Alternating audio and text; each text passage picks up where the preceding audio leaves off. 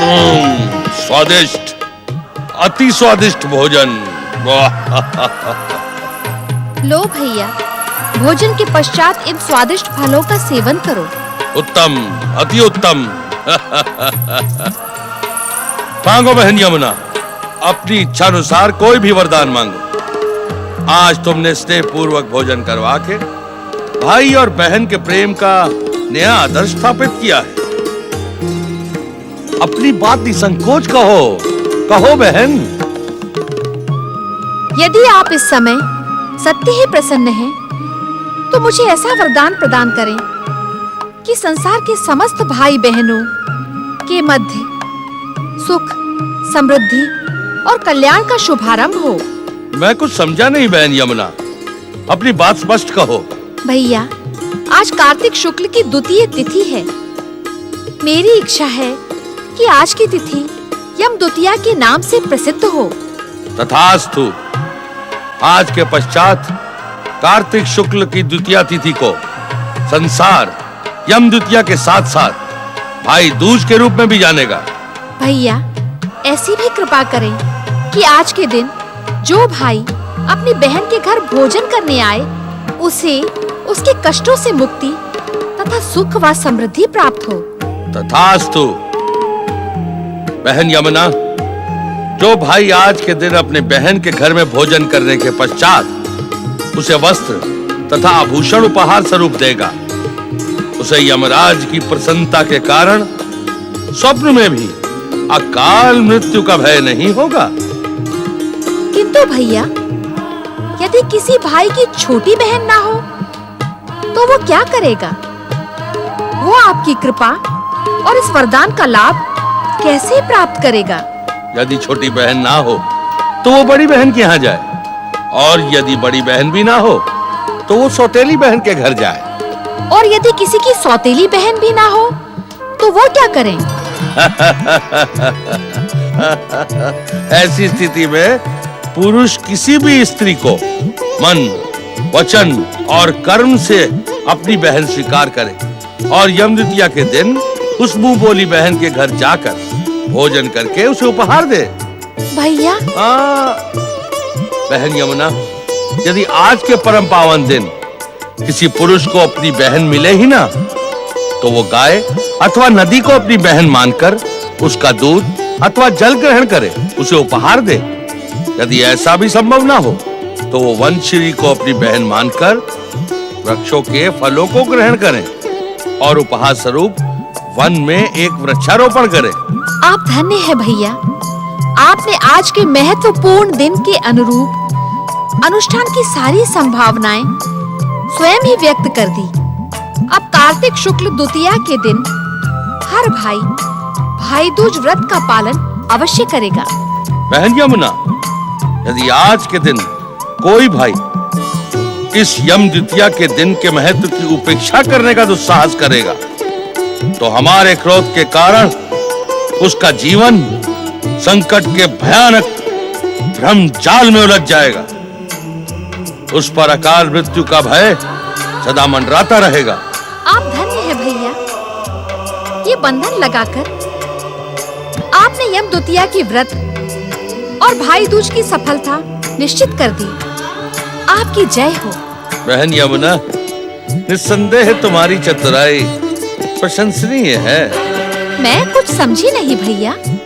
मेरी व्यस्तता के कारण तुम्हें प्रतीक्षा न करनी पड़े, इस कारण तुमने अपनी स्नेह की डोर का बंधन मेरे ऊपर भी लगा दिया है।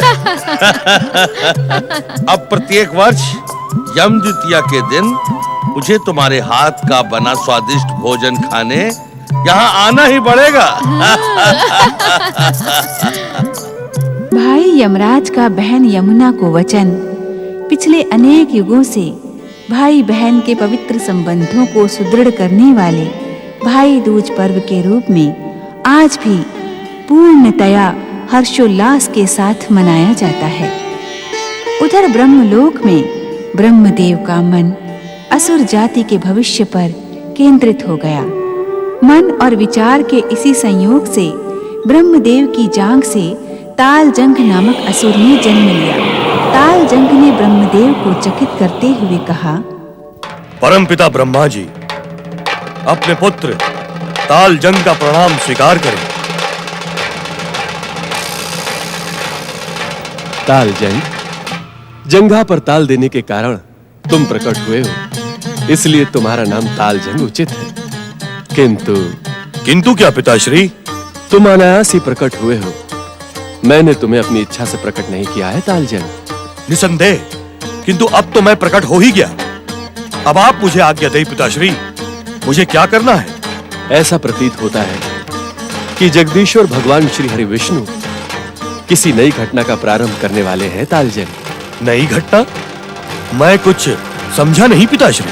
अपनी इच्छा मात्र से इस संसार को जन्म देने वाले जगदीश्वर भगवान श्री हरि विष्णु की इच्छा के बिना इस संसार में कुछ नहीं घटता है तालजंग। घटना ना घटना सब ठीक है पिताश्री, परंतु कृपया मुझे आप ये बताने का कष्ट करें कि मैं दानव हूं, मानव हूं या फिर देवता हूं। क्या मुझे भी आपके मानस पुत्रों के समान स्थान मिलेगा? तालजंग, तुम्हारा जन्म मेरी इच्छा के कारण नहीं हुआ है। इसी कारण तुम न तो मानव हो, न देवता, और न ही तुम्हारा स्थान मेरे मानस पुत्रों के समान है। तुम्हारा जन्म तब हुआ जब मेरे मन में असुर जाति के विचार जन्म ले रहे थे। मैं भी यही चाहता हूं परमपिता कि आप मुझे असुर घोषित करें। असुरों और दानवों में जैसी मारक शक्ति होती है वैसे किसी अन्य जाति में नहीं, इसलिए मैं असुर बनना चाहता हूं।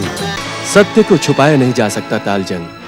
तुम असुर हो, इसमें कोई संदेह नहीं, परंतु तुम अपने कार्यों से अपना नाम मेरे मानस पुत्रों के समान आदरणीय बना सकते हो। और ना बनाओ तो तुम्हारी दुष्टता मेरी कीर्ति को नष्ट कर देगी।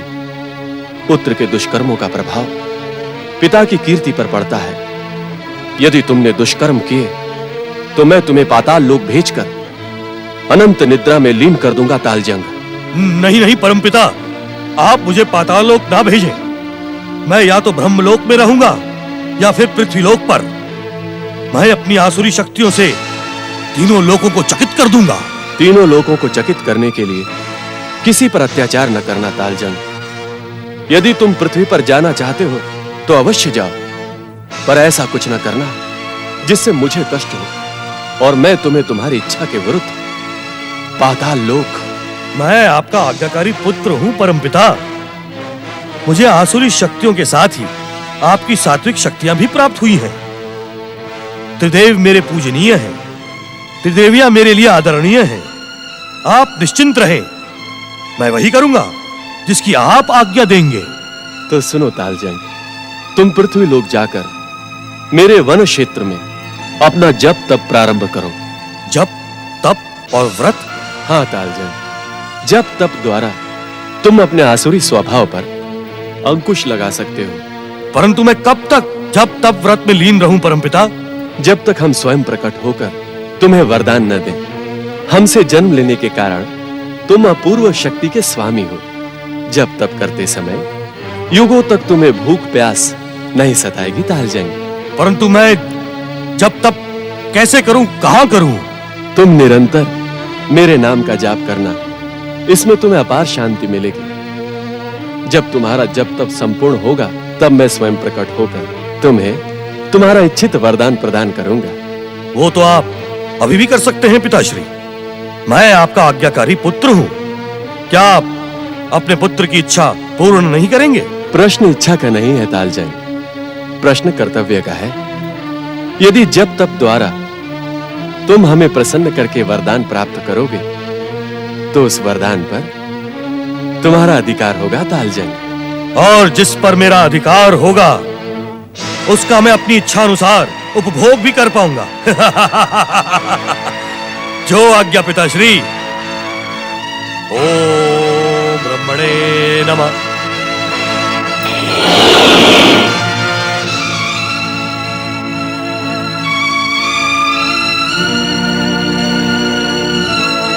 ओम ब्रह्मणे नमः। ओम ब्रह्मणे नमः। ओम ब्रह्मणे नमः। ओम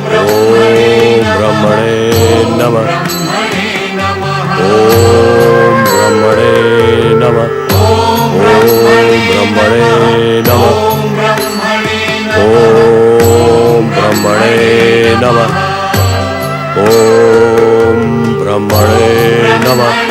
ओम ब्रह्मणे नमः। ओम ब्रह्मणे नमः। ओम ब्रह्मणे नमः। ओम ब्रह्मणे नमः।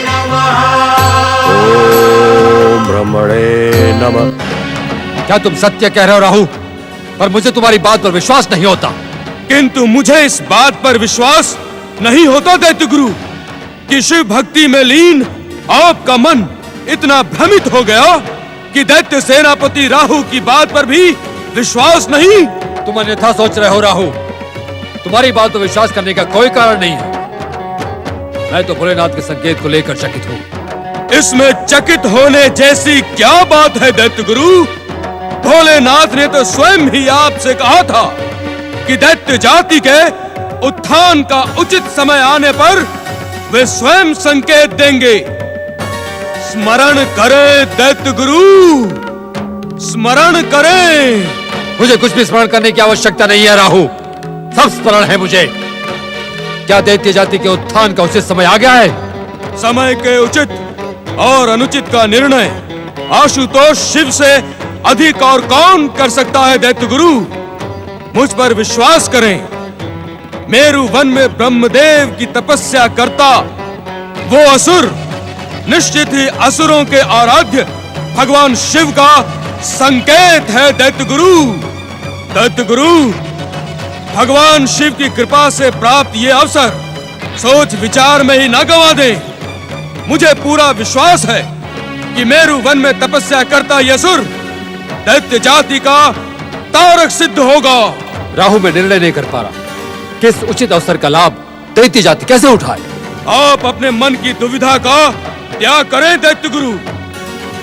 मेरु वन क्षेत्र में तपस्या करते उस असुर को अपनी शक्तियों से संपन्न करें, जिससे पाताल में पड़ी अचेत दैत्य जाति का उत्थान हो। राहु, क्या इस कार्य में विध्वंसक शक्तियों की अधिष्ठाता भाग्य विधाता शनिदेव का सहयोग नहीं लेना चाहिए?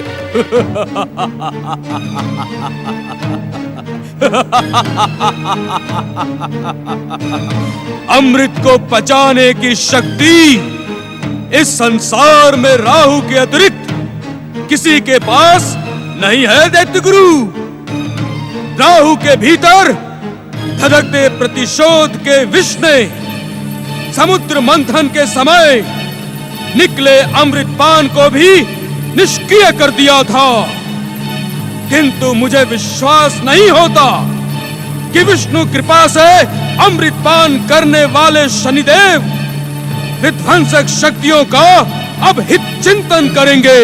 किंतु बिना शनिदेव की अनुमति प्राप्त किए इस अभियान का प्रारंभ अनुचित होगा राहु। उचित अनुचित के चक्कर में पड़ने का इस समय मैं इच्छुक नहीं हूं दैत्य गुरु। स्मरण करो राहु, शनिदेव ने उचित अवसर आने पर विध्वंसक शक्तियों को अपनी कृपा प्रदान करने का आश्वासन दिया था। मुझे स्मरण है दैत्य गुरु कि अमृतपान के पश्चात भाग्य विधाता शनिदेव ने उचित अवसर पर सक्रिय होने का वचन दिया था। यदि तुम्हारा कथन सत्य है और शिव कृपा से उचित समय आ गया है, तो हमें विध्वंसक शक्तियों के अधिष्ठाता शनिदेव से सहयोग लेने में संकोच नहीं करना चाहिए। आपका परामर्श मानकर हम शनिदेव से बात कर लेते हैं। किंतु जहां तक संकोच का प्रश्न है, तो छलिया विष्णु के संसार में सर्वनाश करने से संकोच नहीं करना चाहिए।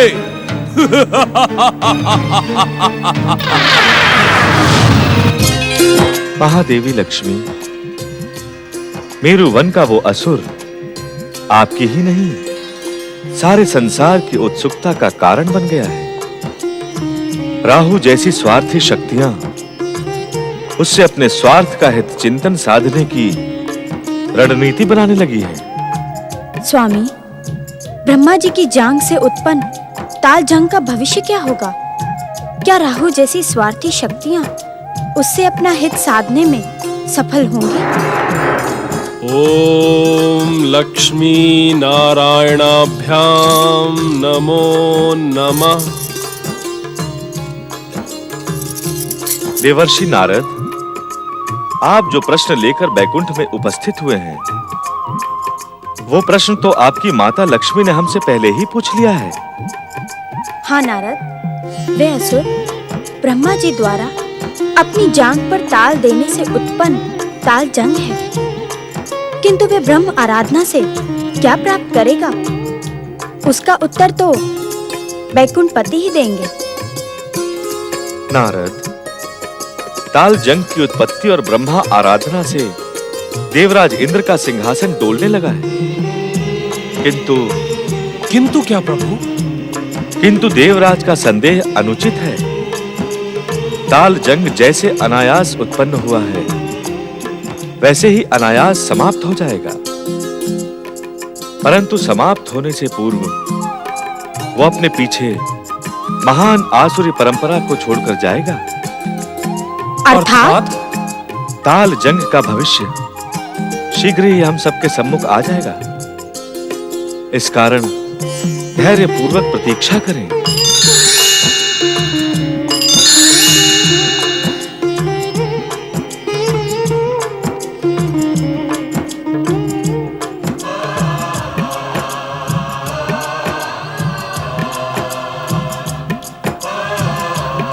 माता, प्रभु वैकुंठपति का ये उत्तर तो हमें और अधिक उलझन में डाल गया।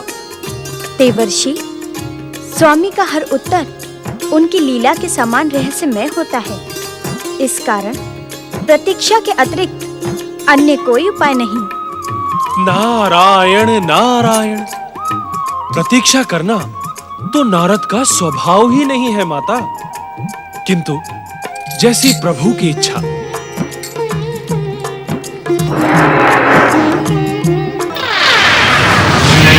प्रकट हो भाग्य विधाता शनिदेव, हमें दर्शन दे भाग्य विधाता शनिदेव।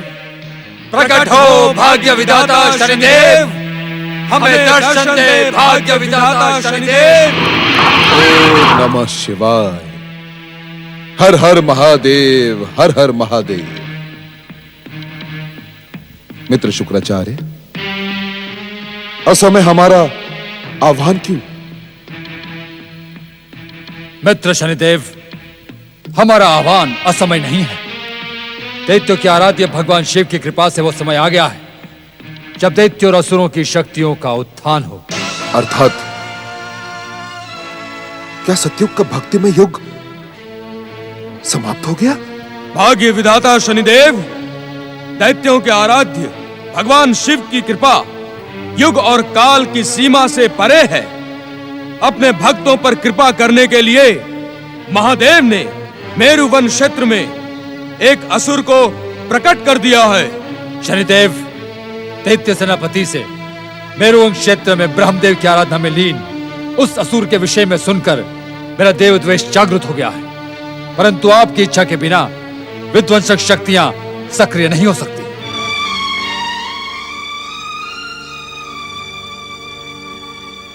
विध्वंसक शक्तियों के अधिष्ठाता शनिदेव, क्या आपको पाताल के अंधकार में अचेत पड़ी दैत्य जाति का उत्थान प्रिय नहीं? क्या आप भी विष्णु की कृपा से प्राप्त अमृत का पान करके छलिया देवताओं के संगठन में सम्मिलित हो गए हैं? उत्तर दें भाग्य विधाता शनिदेव, उत्तर दें। ये प्रश्न दैत्य सेनापति राहु नहीं, अपितु असुर जाति का भविष्य पूछ रहा है। हर हर महादेव।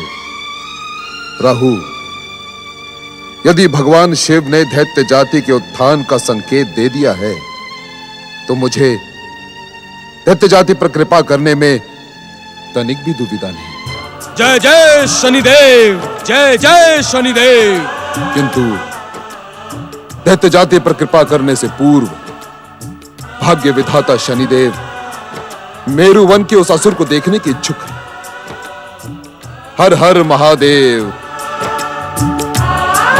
हम उसे दंडित करके कर्तव्य पालन की शिक्षा अवश्य देंगे।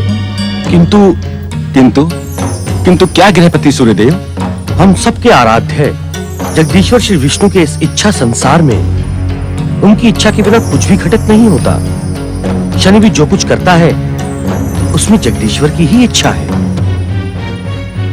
गृहपति सूर्यदेव, आज जीवन में पहली बार आपको अपने कर्तव्य से डिगता देख रहा हूं। क्षमा करें गृहपति सूर्यदेव, आप पुत्र मोह के वशीभूत होकर कहीं हम सबके हृदय में शनिदेव के प्रति सहानुभूति लाने का प्रयास तो नहीं कर रहे हैं? शनिदेव की उदंडता और दृष्टता जगदीश्वर भगवान श्री विष्णु की इच्छा कैसे हो सकती है? चंद्रदेव और मंगलदेव, आप दोनों का गृहपति सूर्यदेव के विरुद्ध विरोध उचित तो है, किंतु विचारणीय नहीं। अर्थात गृहपति सूर्यदेव का कथन पूर्ण सत्य है। इस संसार में जगदीश्वर श्री विष्णु की इच्छा के बिना एक पत्ता भी नहीं हिलता। सूर्यपुत्र शनिदेव जगदीश्वर की सृष्टि के एक अंग है। ऐसे में आप सबका गृहपति सूर्यदेव का विरोध उचित नहीं है। तो ऐसी स्थिति में हमारा क्या करना उचित होगा देवगुरु? आप सबने गृहपति सूर्यदेव को अपनी बात पूर्ण करने ही कहा दी। कहें सूर्यदेव, हमारा क्या करना उचित होगा? देवगुरु, क्या हम सबका वैकुंठ जाकर जगदीश्वर श्री विष्णु से इस विषय में मार्गदर्शन प्राप्त करना अनुचित होगा?